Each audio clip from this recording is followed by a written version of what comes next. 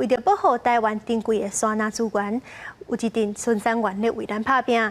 这寡第一线的巡山员要有真好的体力，所以林务局举办考试，来参加的人除了爱享骑爬速车，佫要爱20公斤的物件，9分半行完1000公尺，才会当升过关，实在无简单。身躯顶派20公斤重，佫爱踮9分半以内走完1000公尺，才算通过第一阶段的试验。来参加考试的男女女看起来拢真喘。是很累。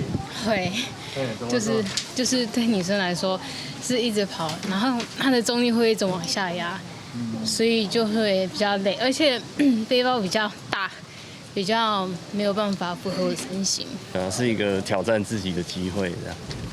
除了考验体力，因为这个工课平常时拢在山区，所以考生爱通过骑拍档案的奥拜这关，就袂输咧考驾照。该通过直线加速考验，落尾还有笔试甲考试。